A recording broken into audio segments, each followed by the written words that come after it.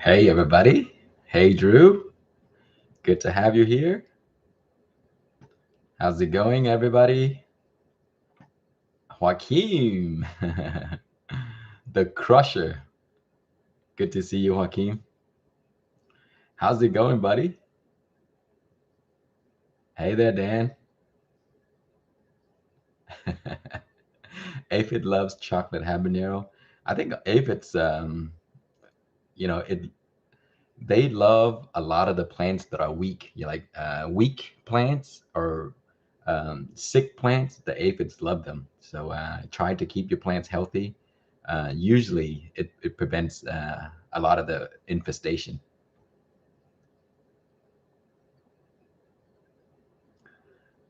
Nice, that's great, Hakeem.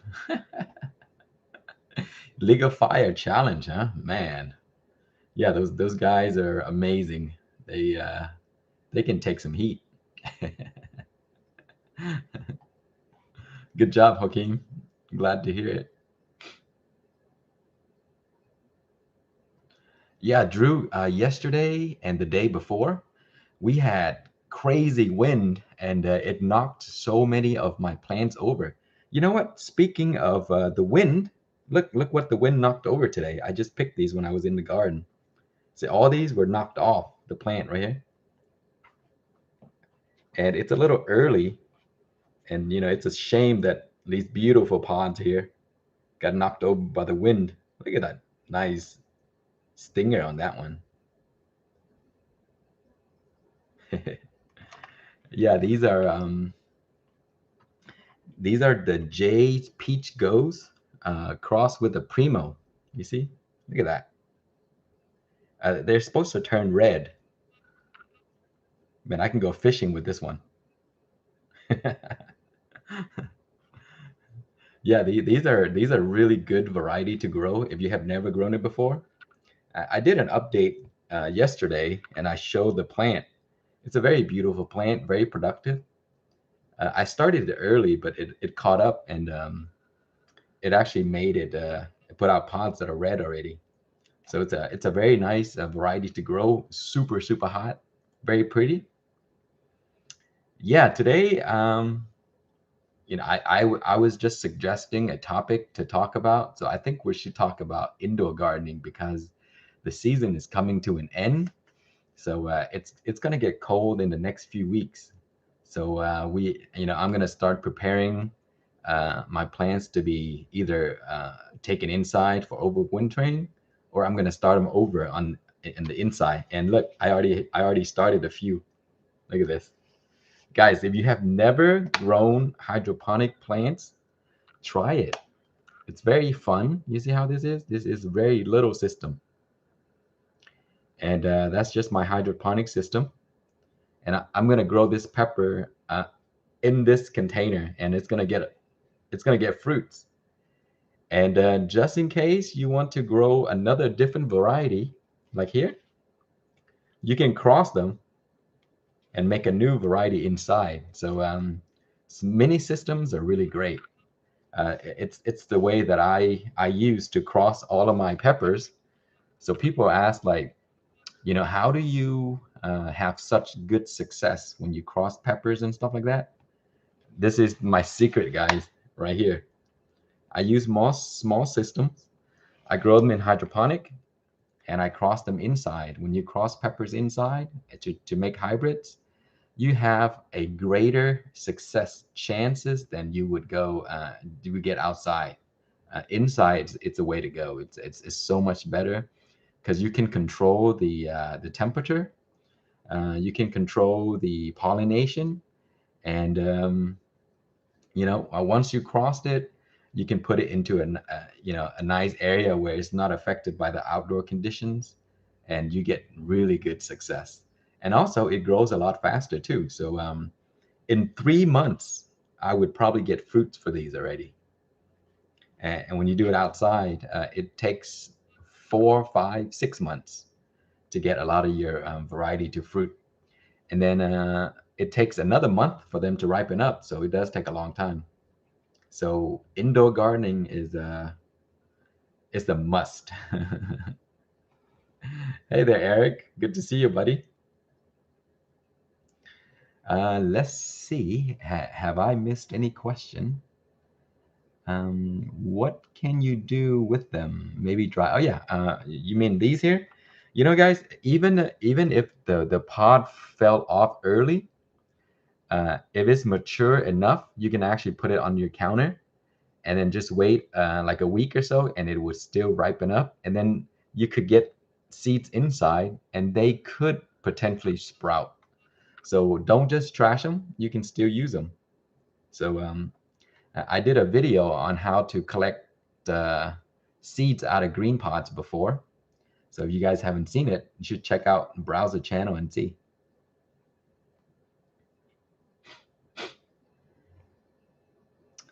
Let's see. How do you promote root growth in hydroponic? You actually don't need to promote them. They grow like crazy. Roots in hydroponic grow on their own. They grow like crazy. There's no need to do anything to promote them to grow. If you mix your nutrients correctly, the pH is balanced, and there's oxygen in the water. The plants will enjoy it, and they will just grow like crazy. So there's no need to do anything else. Wow, Eric, you're already getting your first freeze this week, huh? I think we are going down to the 39 degrees Fahrenheit next week. Um, but it's going to be a very short period. So my pepper plants are going to still be okay. I think I may have to late November and sometimes even December. And then sometimes even till January, my plants are still alive. So it's going to be, a toss up. So we don't know. Texas weather is pretty strange sometimes. Like you get 70, 80 degrees one day, and then the next day you get like 30 degrees. So like, one day you'll be wearing shorts, and then the next day you got to put on like a big old coat, and then it goes back to being hot again.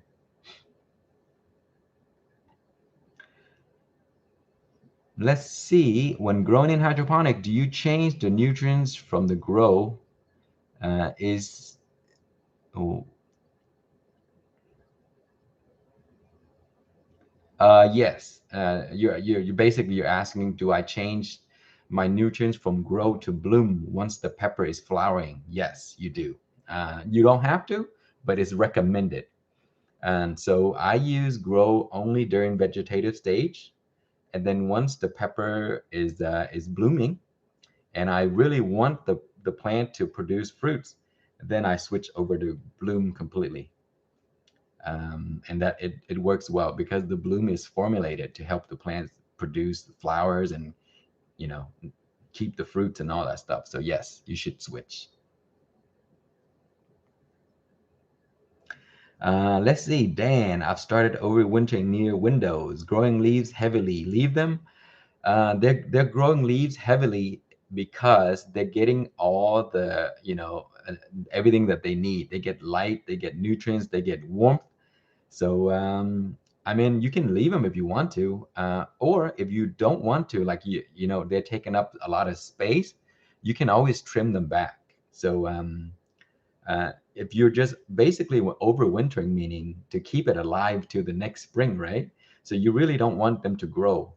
Um, so what you need to do to prevent them from growing is put them in a cooler place, like 55 degrees Fahrenheit and up. They will still be alive. They're just not going to grow much. And then you're not going to see all those vegetative growth. And you also would not have to water very often. But if you put them inside the house, usually your house is like, 70 to 73 degrees. It's actually the ideal temperature for peppers. So they're going to grow like crazy. But yes, you can trim them back if you want to. Oh man, Eric, you set the record for late frost.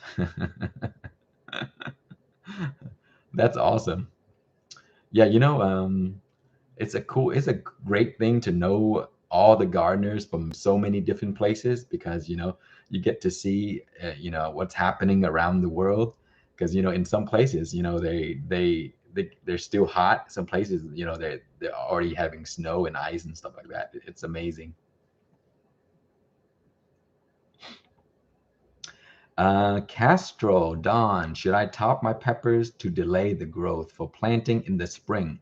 Yes, if you are not ready for the plants to, to go outside and, the growth is just taking over and taking up space, yes, you can definitely top them. You just top them, and topping them, it will slow them down, but it also will, like set them back a little bit.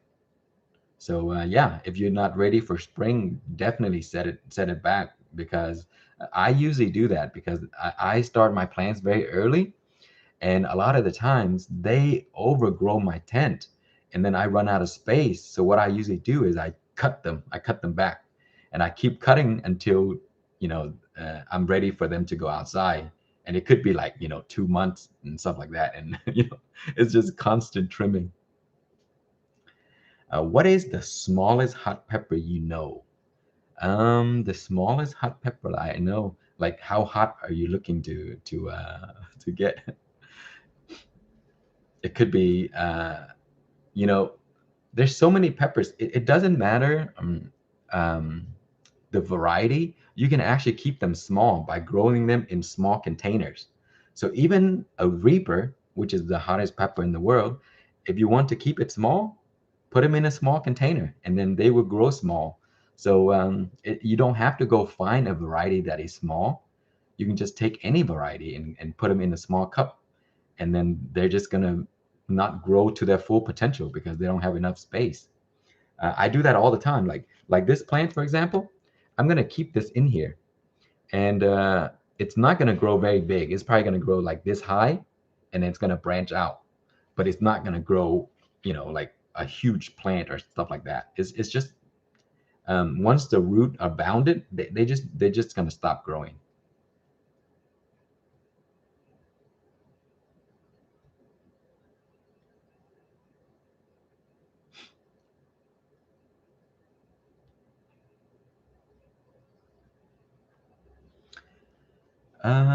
Let's see. Did I miss any questions?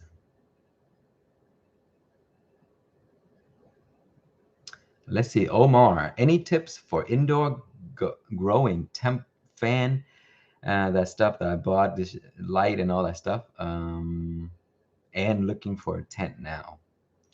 Um, what you should do is you should buy the tent first, because depending on the size of your tent, then you can buy the light that would fit your tent. So if you buy the light first, and then the light happens to be like a 3 by 3, you're forced to buy a tent that's going to be a 3 by 3. So make sure you get the tent first, because you want to fit it into the area where you want it to go, and the perfect tent that would fit that area. Then you can go look for the light that matches to the growing space of that tent. That would be better. So I have a 4 by 4 tent, 4 by 4 by 6, and it's a pretty nice size. I grow um, probably like 4 peppers in there, you know, enormous pepper size. So even a 4 by 4, when you grow like a Chinense variety, and if you're doing hydroponic, they grow enormous. It could be like one plant, and that's in a 4 by 4. But usually I try to squeeze as much as possible in the tent. So I usually get around 4 large pepper plants in a 4 by 4. And of course, I have to trim occasionally to keep it, in its spot without taking over the other peppers.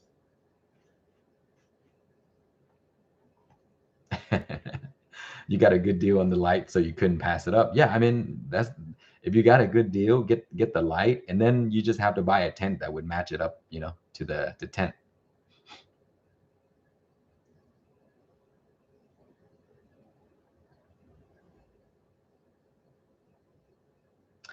When did you start growing plants in hydroponics?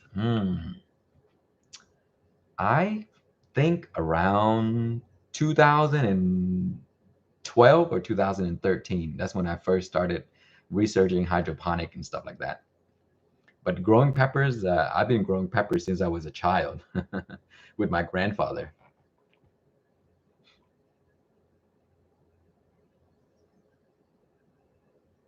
Yeah, Hugh Johnson. I had one plant that take over my 4x4 entirely. I believe you, buddy, because I had a plant as well, a pepper plant that I grew in hydroponic, and amazingly, it was only a 5 gallon bucket, and I mean, it grows enormous. It took over like a 4x4 tent. I mean, it's just I didn't have any more space.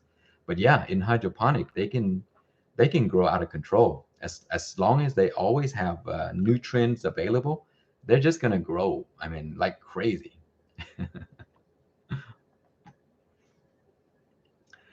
How many seasons did it take you to create the lemon starburst? Many, many seasons. I don't. I lost count.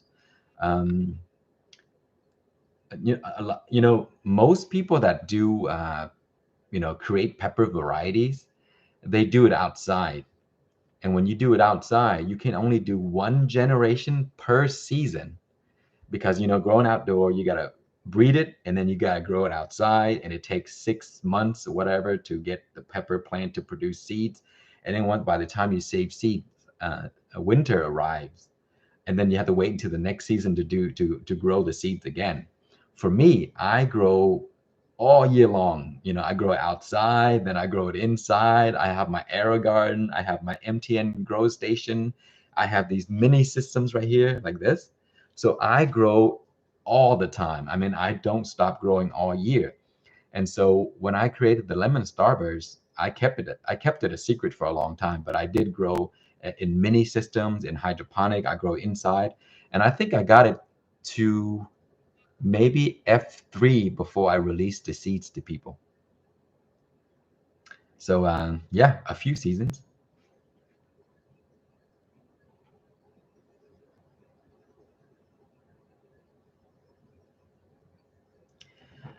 What species can we grow in the balcony with low lights? Are you talking about pepper species, or you can talk about other type of plants?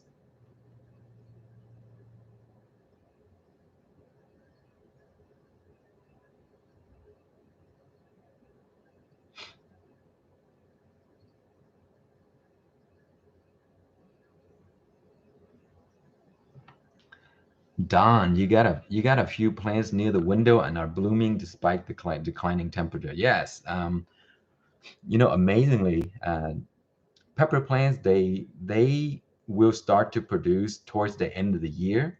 So once the temperature drop a little bit, down to the 70 degrees Fahrenheit, and then it even drop a little bit to 65 degrees Fahrenheit, you're gonna start to see pods like crazy. Because what happens is the pepper is trying to spend all of its energy producing fruits before it dies. So that's usually the case. They just push fruits, and then winter comes and they die. So yeah, it's usually the habit.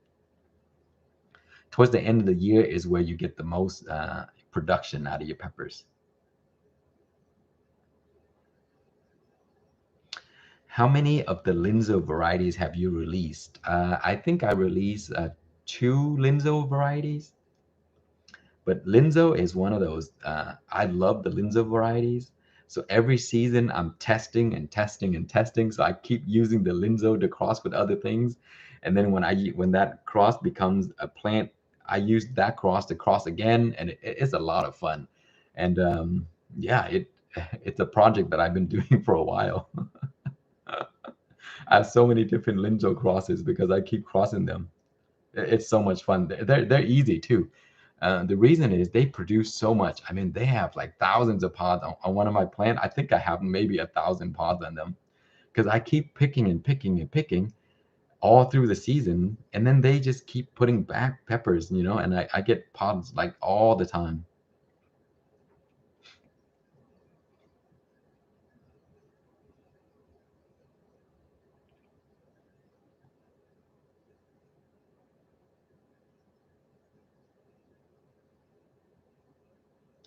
Are there any cold weather hot peppers, ones that can withstand colder temperature? Yes, there are the rocados. If you have looked into rocados are usually pepper plants that can withstand colder temperature than most other varieties. They're also very late to produce as well. So if you live in a cooler climate, try rocado varieties. They can live for a long time. Also, last year I grew the Ahi Omnicolor and the Sugar Rush Peach, and amazingly, those varieties actually stood, cool temperature all the way down to December, where it dropped like to 45 degrees Fahrenheit, and they were just fine. So yeah, try those ricotta varieties, Sugar Rush Peach. Amazingly, they're very hardy. Ahi varieties, those can do a little bit cooler temperature than most.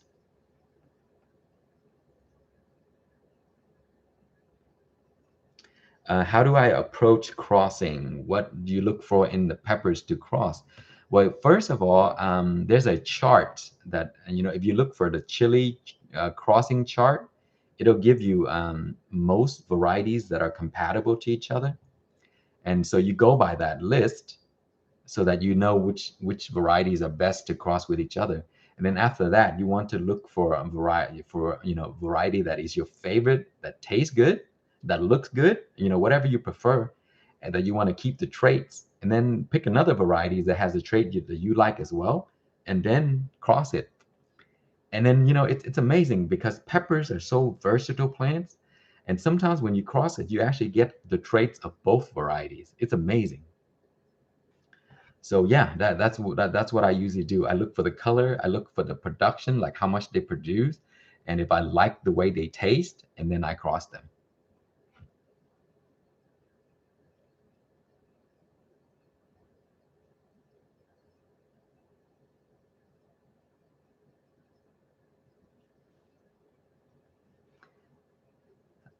Let's see. Northside Art. I'm starting my first indoor hydro vegetable garden, hoping for lettuce, peppers, tomatoes. 5,000 Kelvin, 3,200 lumen light, enough for grow and fruiting.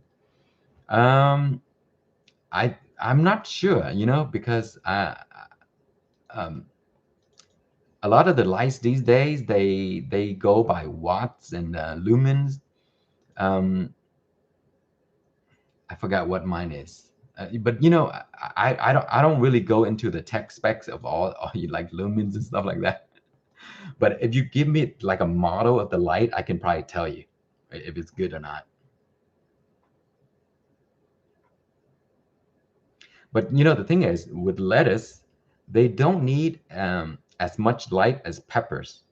And also with growing peppers, you have to have the different spectrum because it does the fruiting and vegetative. So you need like the red and the other different colors of um, the spectrum. So full spectrum, I would recommend if you're going to grow peppers or tomatoes and stuff like that, you want something that says full spectrum. That usually works the best. And when you grow lettuce, I've grown lettuce before. They're very easy. Even grow full spectrum, it will work as well. But there's lights that have vegetative mode, and there's also light that have a bloom mode. So you can switch, or you can do both. They have the option to do both. So I would recommend getting a light that can have that switch, where it says veg and light and fruiting and stuff like that. It gives you options. So when you grow lettuce or vegetables, you don't need the full spectrum, so you don't need to use all of the power of the light. So you can use a switch to turn it.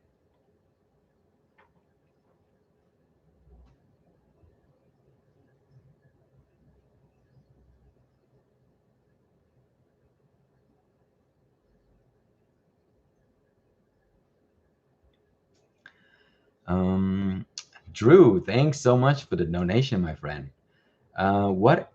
What's your thoughts on this? Keeping your plant's roots warm during the winter. Do you keep it? Do you think it will make a difference watering your plants with lukewarm water? Uh, Drew, the best thing to do if you want to keep your plant's root warm is keep the soil, at a nice temperature. You can put a blanket on top if you want to, but when you water with lukewarm water, it's gonna go cold eventually. So then the roots are gonna get cold after that. So that really doesn't help. But have moisture in the soil. It does help keep the roots warm. But also like uh, you can take the pot and put it close to the house Have you seen my overwintering plants where I put a plastic bag, like a clear plastic bag? I cover the whole entire pot with it, and then I take the pot and put it right close to the bricks of the house. And I left the plant outside in Texas weather, and it lived the whole entire winter until spring. And then when I bring it out, I open the bag, there's new growth in there. So, if where you live is not super crazy cold, you can actually do the exact same thing, and the plants will live. The dome, the clear plastic dome, allowed lights to get through, but also it keeps moisture in and also keeps the heat inside. So then the soil is nice and warm, and then the plants can stay alive all season. And I'm gonna do that again this year, Drew. So if you follow me, I'm gonna show the exact process, so that you can see, because I have so many plants in pots this year, and that's exactly what I plan to do. I'm gonna put it, I'm gonna because the plants are so beautiful this season, and I don't want it to die. So I'm gonna do exactly the same. So I did it last year, and the plant lived. And the only reason why they die was that crazy storm. You remember the storm in February where it froze the entire Texas grid? That's the only thing that killed my plant. If it wasn't for that, I would have plants that were overwinter from last year, no problem. Yeah, I hope that answered your question, but I'm gonna do it again, Drew, so you can see exactly what I'm doing. I did it last year too, so if you go back to the last year's video, you may see it.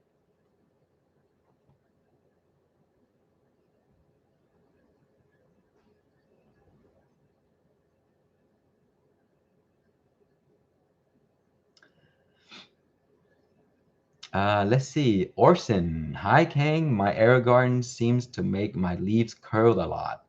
Um, Even though the light is pretty far from the plant, you know what the deal is. I use CalMag. That could be the case. It depends on how big your plant is. Sometimes when the leaf curling means there is problem with the roots.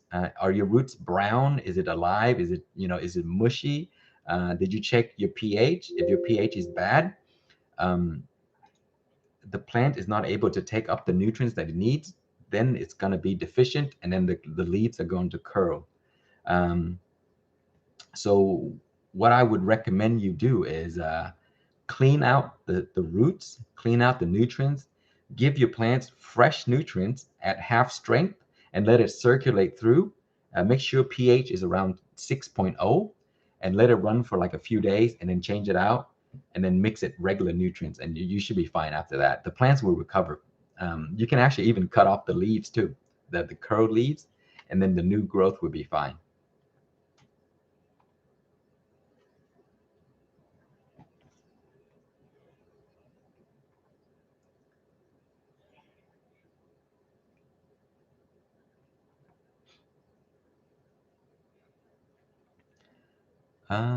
Let's see.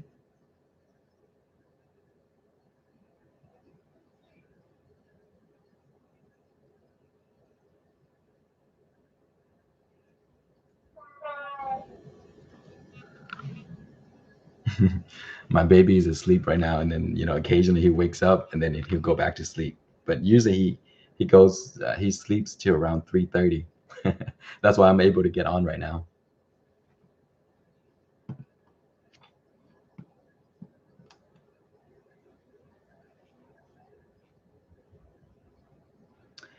How soon do I plant seeds after harvesting them? After you harvest the peppers, you take the seeds out. Let the seeds dry up a little bit. Usually 24 hours should be okay. You can actually plant it right away, but I don't recommend planting it right away. It should dry a little bit, like for like 24 hours, and then you can plant it. No, they don't need to be in the fridge. You can just leave it outside. I usually leave my seeds inside a little bag, like a Ziploc bag, and that Ziploc bag where I hold the seeds, it will last for 3 years.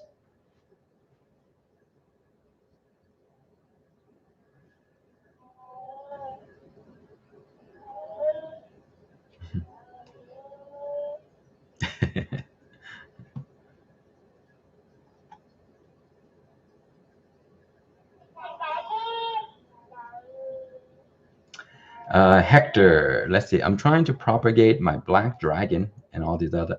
I have plain water in a jar. My cutting propagator is molding. What do I do? Um, your propagator is molding. In that case, that's probably because the cutting is bad. Usually, when you put it in plain water, put it under your grow light, and it should propagate just fine. I mean, when pepper plants are very easy to propagate, and I've done it for years. Usually, I'll take like 4 or 5 cuttings, and out of the 4 or 5 cuttings, I probably get like three that will successfully, root it. And speaking of rooting, let me show you something.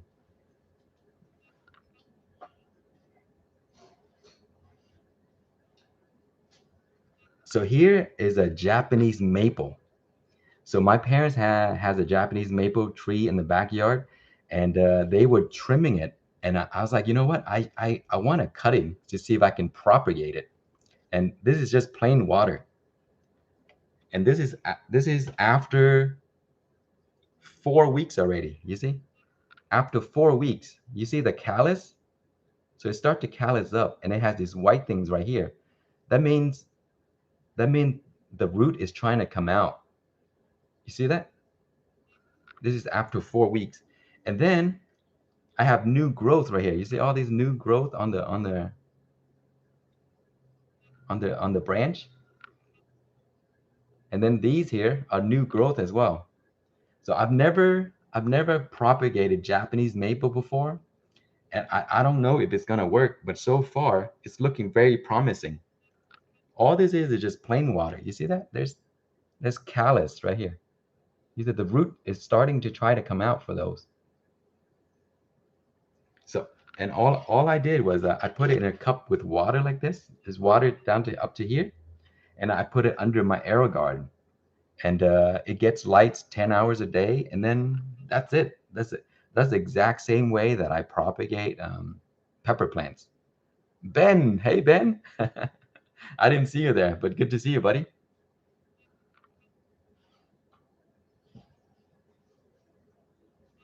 So yeah, that's exactly how to propagate. So Hector, try that. It's very simple. You don't need to buy a propagator. I mean, if you have it, that's great, but really you don't need anything extra. Like, you don't need to spend extra money on how to propagate pepper because it's as simple as that. Cut a branch, put it in water, give it good grow light or light, and then it will root.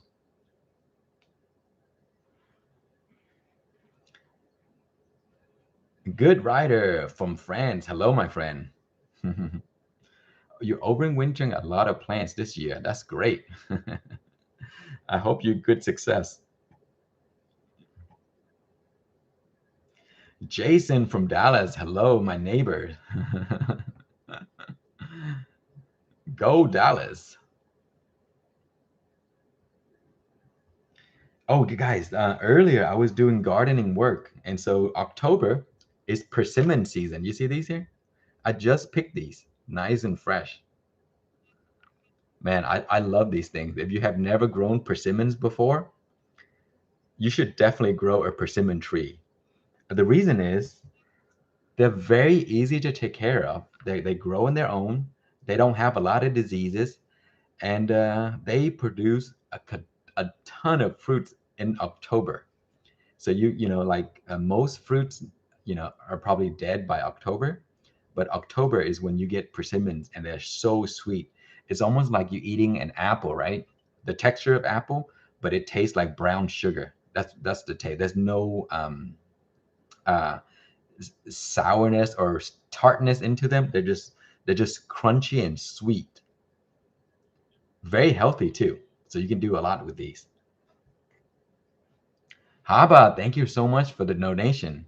I put 3 different habs in a quart jar to ferment a year ago. Each one had different mold on top. Should I chuck it off?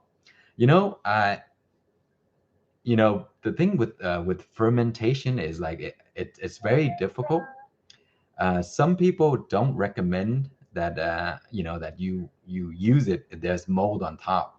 But there's some places where it says, you can scrape up the mold and let it keep going. For me personally, I've never seen mold on mine, but the thing to tell is if you smell it and it smells bad, that means the fermentation is bad. But if you smell it and it has a great smell to it, not a bad smell, even with mold on it, the fermentation is still good. That's how I gauge it.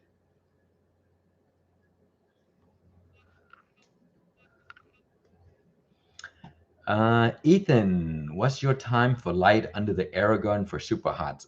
For everything, Ethan, 10 hours a day because I'm too lazy to change it. So once I set it to 10 hours a day, it comes on 10 hours and it turns off. And it doesn't matter what time it comes on. Sometimes I set mine to come on at 10 and then, 10 hours it turns off. Sometimes I set it to come on at 6 a.m. Sometimes I set it to come on at 8 a.m. So it really doesn't matter. Yes, definitely. As Ben said, if it smells bad, that means the fermentation is bad. If it smells, pleasant and it just have that nice aged smell, then that means it's still good. I hope that answered your question. Eric, yes, wild persimmons are native to the U.S., I think, and the fruits are a little bit smaller, but they do have seeds in there. These are seedless. There's no seeds in here. So with these persimmons, you cannot grow these from seeds because there's no seeds. So what you can do is what the people do is they graft. They cut a branch off, and then they graft it to the native persimmon tree because native persimmon trees are very very tough. They can live in extreme cold conditions, and so when you graft the non-stringent persimmon to it, oh, there's a spider on it. um, then it'll help the plant, becomes very hardy. Omar, no, I did not grow these from seeds. I bought it as a grafted tree because the reason I don't grow fruits from seeds is one, it takes forever, maybe 5 to 10 years before you're going to get fruit to grow. Another reason is the the flavor may not be exactly the same as the fruit that you ate and expect because you don't know where it crossed with, like what variety cross pollinated with that fruit. So when you grow it out, it may have a completely different taste. And then after 5 years or 10 years, then you finally get to try the fruit, and then you may find out that, oh man, I don't really like this, and you wasted 10 years. You know what I mean? So usually I buy a grafted tree because you know exactly how it tastes.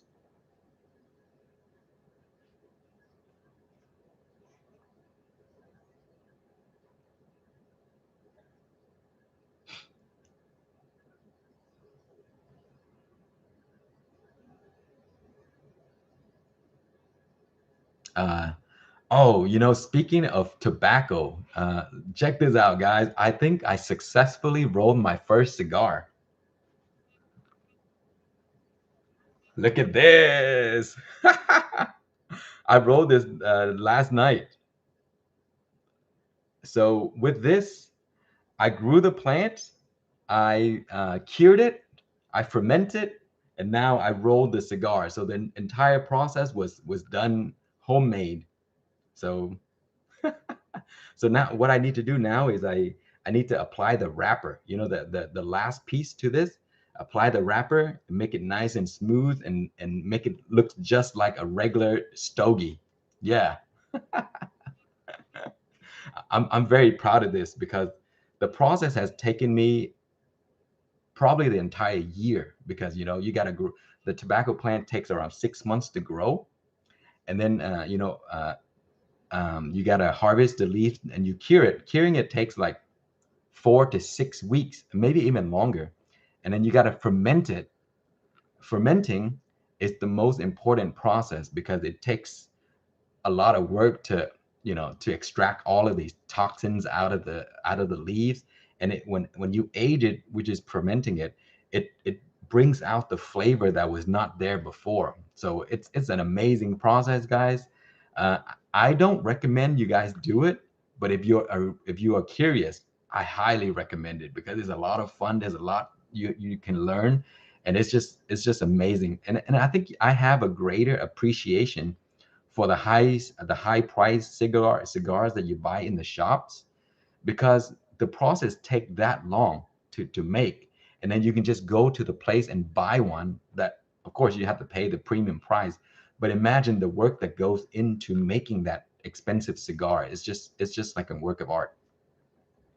Yes, Ben, no, you're absolutely right. That is the reason why they're so expensive. A lot of the cigars that you see that are high priced in the shops, they're like a few $100. Those are like 4 years old. It took 4 years old to even make it into a cigar. So, the amount of time that goes into it, I think it might be worth it because you get to buy it and enjoy it immediately instead of waiting 4 years to do it on your own, you know? Allison, eating a salad while watching. I'm happy you're here. Thank you so much for joining us.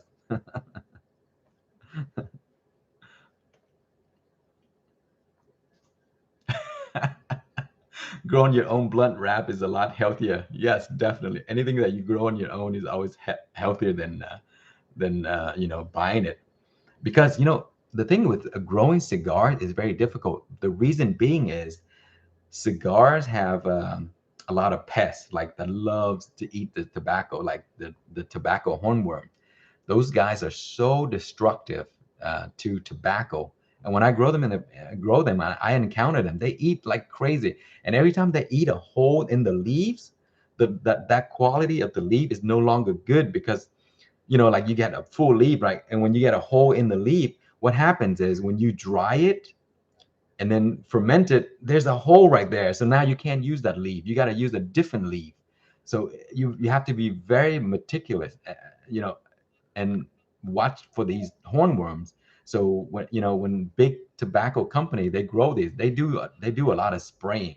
They spray these worms so that they don't eat holes in the leaves, because when you eat holes in the leaves, those leaves cannot be used. It could be used as filler, and not wrapper anymore, or binder.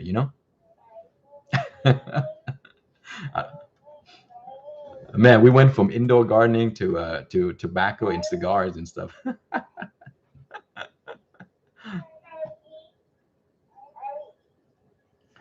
Should I let the aji limo turn yellow to save seeds? Yes, you have to let them turn yellow if you want 100, I mean, higher success rate of germination. You can harvest them when they're mature green and just leave them on the counter. But I always recommend letting the fruit, change color before you harvest for seeds. That is the best because that way the seed is ready.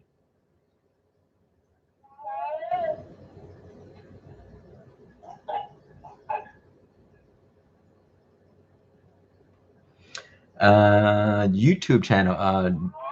Big tobacco is allowed by the FDA to have up to 3% of non-tobacco in the blend. I guess I believe that.